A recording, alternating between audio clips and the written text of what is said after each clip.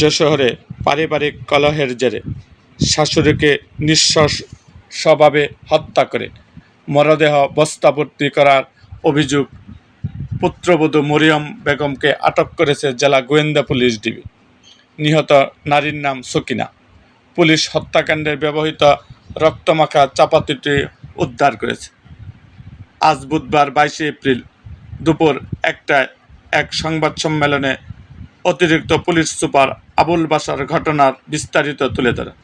তিনি জানান, গতকাল রাত 12:30টার দিকে নিহতের ছেলে শহীদুল ইসলাম তার মায়ের নিখোঁজের বিষয়ে অভিযোগ করেন।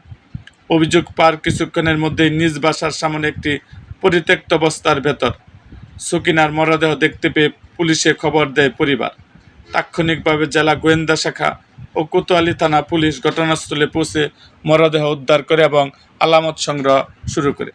তদন্ত চলাকালে নিহতের পুত্রবধূ মরিয়ম বেগমের আচরণে সন্দেহ হলে তাকে জিজ্ঞাসাবাদের জন্য ডিবি কার্যালয়ে নেওয়া হয়। প্রাথমিক জিজ্ঞাসাবাদে তিনি বিভ্রান্তিকর তথ্য দিলেও নিবিড় জিজ্ঞাসাবাদে এক পর্যায়ে শাশুড়িকে হত্যার কথা স্বীকার করেন। মরিয়ম জানান, পারিবারিক বিষয় নিয়ে শাশুড়ি নিয়মিত বকাঝকা করতেন, যার ক্ষোভ থেকেই তিনি এই হত্যাকাণ্ড সংঘটিত করেছেন। আটক মরিয়ম বেগম যশোর কোতোয়ালি থানার বেসপাড়া এলাকার বাসিন্দা। এই নৃশংস হত্যাকাণ্ডের ঘটনায় থানায় মামলাসহ পরবর্তী আইনগত ব্যবস্থা গ্রহণের প্রক্রিয়া চলমান রয়েছে।